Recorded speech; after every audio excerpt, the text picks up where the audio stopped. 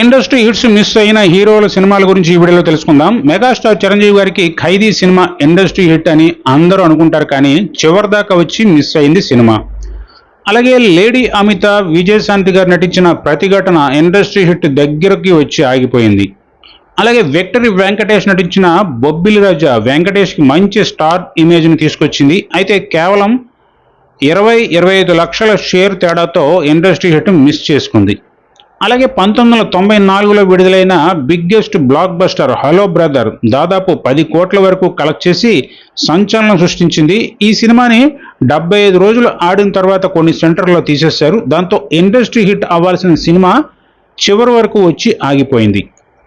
అలాగే 1999లో industry hit అయిన సమరసింహారెడ్డి మూవీని దాదాపు అన్ని సెంటర్లో క్రాస్ చేసిన సినిమా రాజా.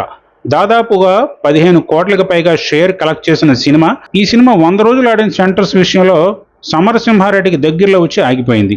ఇక సమరసింహారెడ్డి, కలిసి ఉందాం రా సినిమాలకి అన్ని చోట్ల క్రాస్ చేసిన సినిమా నువ్వు వస్తావని 100 రోజులు 175 రోజులు ఆడిన సెంటర్స్ని క్రాస్ చేయలేక ఆగిపోయింది.